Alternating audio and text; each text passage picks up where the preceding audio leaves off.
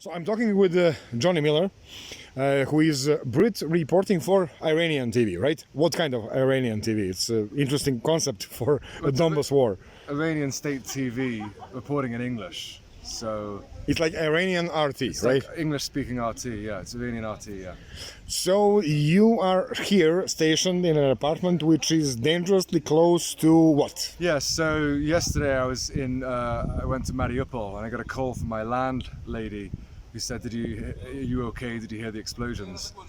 And I said, "I'm in Mariupol today." But when I came back about lunchtime, the school straight outside my building was hit by incoming Ukrainian artillery.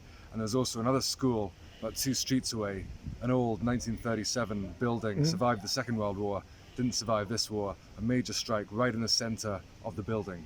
There were casualties, right? 3 casualties at that school and 1 casualty at the school over the road from me. And I mean, when you say across the road, it's actually across the street, right? Yeah. How far it is from? 20 meters. It's a block, but there's kind of like a shop. It's over the road, but 20 meters over the road, yeah. And the school 2 streets away is an old building, 1937 building. It was hit straight in the middle of it. I asked local people, "Do you think this school is targeted?" And they said, "What do you think?" It's a large symmetrical building, and it was struck right on the doorstep, if you want, right in the middle. 3 people were killed. Luckily, the children were not there.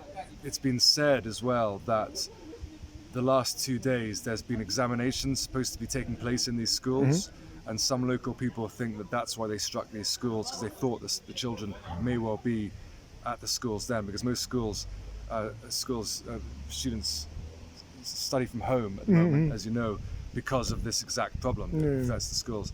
But the only attacks in the center of Donetsk yesterday, 2 schools, and there was 1 strike, I think, at the prosecutor's office as well, but 2 schools, and they were specifically targeted. I mean, it might be a stupid question, but I have to ask. They were not military targets whatsoever, right? There's no way, military targets. They're obvious military targets in Donetsk. You see a few people walking around in khaki, men in camouflage gear, military fatigues, men and women, but there's no obvious military. There were 2 schools struck directly. I mean, nobody. I mean, you live there. You know, nobody is. No military is hiding in that school or the other one, right? There's no. Yeah, the children are off. There's no military around. So, and there's only 2. How long are you here? I've been here 2.5 weeks. 2.5. Yeah. So you will probably see some military presence there. There's no presence there. It's 2 schools directly hit. And so you have to ask the question, why? I mean, I asked local people, why are these schools hit? And they said they just want to kill people in Donbass. The other reason you hear is just out of spite. They have these weapons, they just want to attack. My own view is maybe they want to get revenge. There's been children, civilians killed because of the Russian invasion. And maybe they just want to try and get revenge and kill children. There's also the Nazi ideology as well, in which some figures in the Ukrainian establishment in Ukraine have said that we need to kill Russian children. So I don't know whether that's... I mean, I have another theory that they're actually sending the message to Russian military. Like, you can probably hurt us, but we can hurt a lot Donetsk people, you know? I mean, in that way, they are using Donetsk and Gorlovka and Makiivka as living shields, just like the Azov guys were using the living shields in Azovstal, you know, in Mariupol. Yeah. But what's interesting is that the Donetsk People's Republic, I asked them why suddenly the center of Donetsk is being hit. Obviously, there was a big Tochka missile here. Yeah, Tochka was in March. But normally Russian air defense is able to shoot them down. But why are they able to now suddenly hit the center of Donetsk?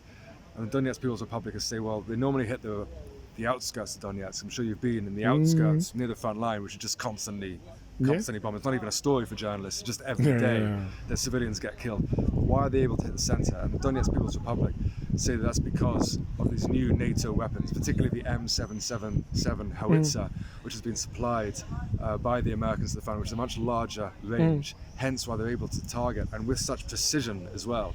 Because in the outskirts of Donetsk, in the suburbs, it's usually just almost random. But these M777 howitzers, it was a direct strike. They're able to hit from such long distances, direct strikes on schools. So my fear is that NATO weapons are now being used by the Ukrainian military to shell civilian areas here. I mean, does it make sense to you? I mean, this is not the first war you're reporting on, right? So as somebody who is experienced in military stuff, does that make sense to you that Well, it's not even, they would use like... It's not necessarily been in other wars. I've been in other wars in which civilians haven't been targeted by one side or the other. I was here in 2015. Civilians have been purposely targeted by the Ukrainian military for the last 8 years. And any time any journalist here, anybody here who goes to the outer district of Doņecka, it's very clear the Ukrainian military is shelling civilian areas, purposefully shelling these civilian areas. And so when they get these new NATO weapons, are they suddenly going to change tact? Are they suddenly not going to use these NATO weapons to shell civilians? Or are they going to continue on their policy of shelling civilians? And as a British person myself, someone who is from a country that's supplying these weapons, whether you agree rightly or wrongly or for standing up to Russian aggression, even if that's how you see it, do I want NATO weapons given by my country to intentionally shell civilians? And yeah, I have a problem with that. Am I crazy to notice a bit of a difference in your attitude toward the war here compared to the first day you came here? I believe I was among the first persons you got in contact with, right? When you came here, Yes.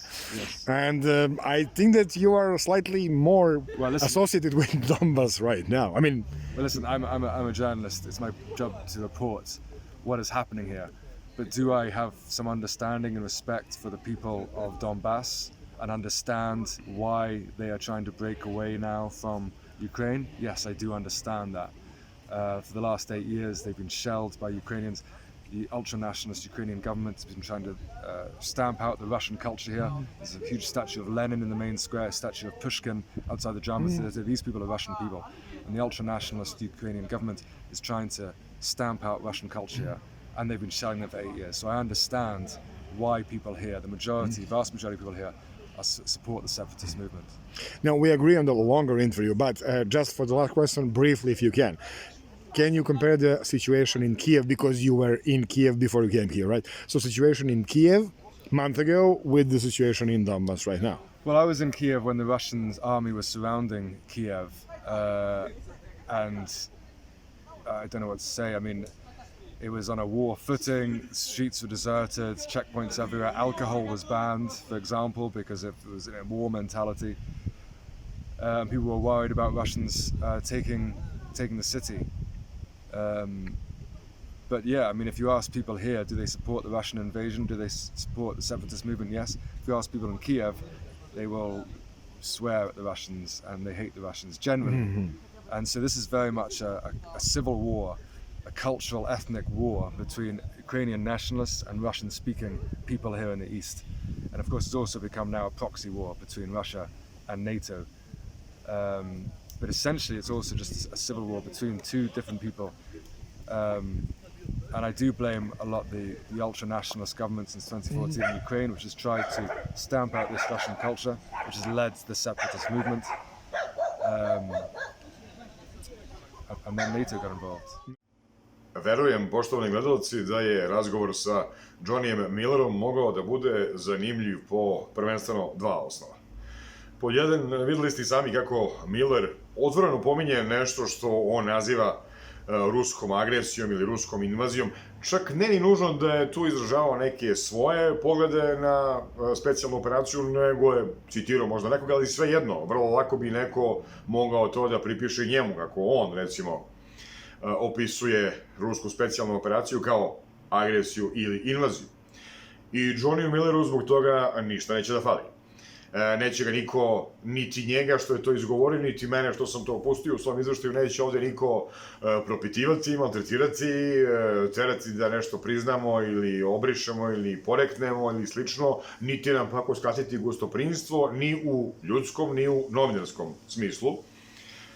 I Johnny Miller i moja malenkost nastavit ćemo da radimo naš posao ovde potpuno neometano, odnosno prema svim pravilima službe, kakvo već novinarsko izveštavanje može da bude u uslovima, jel tako, ratnog stanja. Pod dva, Johnny Miller je izveštač Iranske nacionalne televizije, programa njihovog na engleskom jeziku.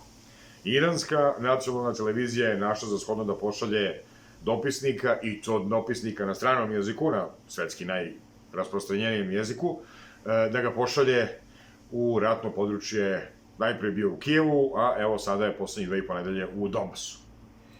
Srpska televizija, Srpska nacionalna televizija, znači javni servis naš takozvani, to još uvek nije uradio. Ostale televizije sa nacionalnom frekvencijom to još uvek nisu uradile. Dnevni list, nijedan iz Srbije, ima ih nekoliko, nije našao za shodno da nijednog svog izveštača pošalje u ovo područje gde se nalazimo i Johnny Miller i moja malenkost i drugi srpski izveštači s kojima, evo, kažem, i nalazili su se, mislim prvenstveno na Mihajla Medenicu i na Nataliju Timofejevnu, koji su bili ovde sa mnom prvih nekoliko dana, odnosno prve 2 nedelje puta ukupno, a evo u poslednje vreme su mi društvo, da kažem, napravili smo, već sam pominjao jedan mali srpski pul, Igor Damjanović, Filip Egeljić i ja. Filip Egeljić takođe za jedan YouTube kanal izveštava. Mislim da je srpska sredina jedina koja je poslala 2 YouTube kanala ovde. Čak i to nešto govori. Kolika je potreba srpske javnosti da se informiše o tome što se zaista dešava u Donbasu, oko Donbasa, vezano za Donbas, o toj potrebi, dovoljno o toj želji da se sazna istinu, dovoljno govori i spremnost, eto, 2 javnosti, da tako da zovem, i srpske YouTube javnosti i YouTube javnosti u Republici Srpskoj, da pošalju izveštače svoje, da pošalju izveštača u ovo područje. Takođe i Igor Damjanović koji je ovde, ja mislim, pravo da kažem, preko nekih ruskih poznanika je došao ovde, ali i on izveštava i za neke srpske medije.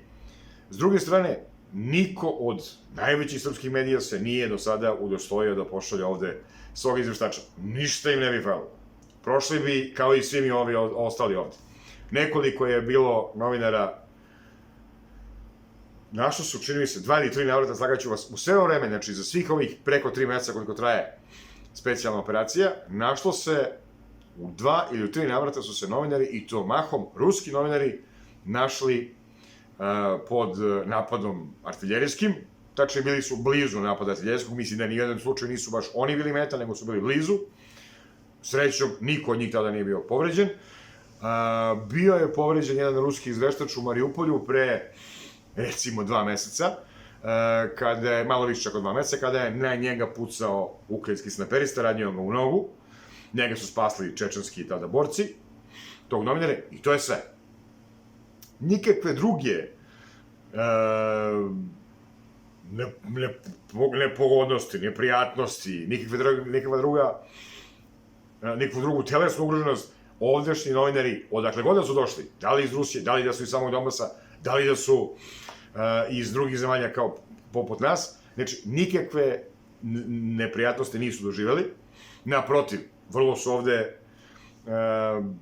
pogotovo mi koji dolazimo iz Srbije, odnosno iz srpskih zemalja, otvoreni su prema nama, izuzetno prijateljski raspoloženi, 100 puta sam pričao već o tome, ponovit će to i ponovili su to u stvari i Medenica i Natalija u svom završnom obraćanju iz Donbasa koje čekam da pripremim, a ponovit će to sigurno i svoje iskustva i Filip i Igor, kad budemo obavili razgovori sa njima. Eto, dakle, znači, to je realnost od koje uporno, to je okruženje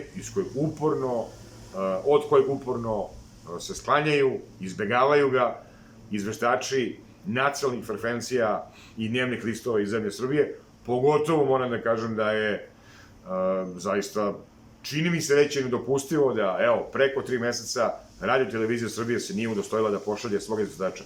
Iranska nacionalna televizija je poslala, srpska nije. Kao da je Iranu bitnije nego Srbiji šta se zaista dešava na istoku Evrope.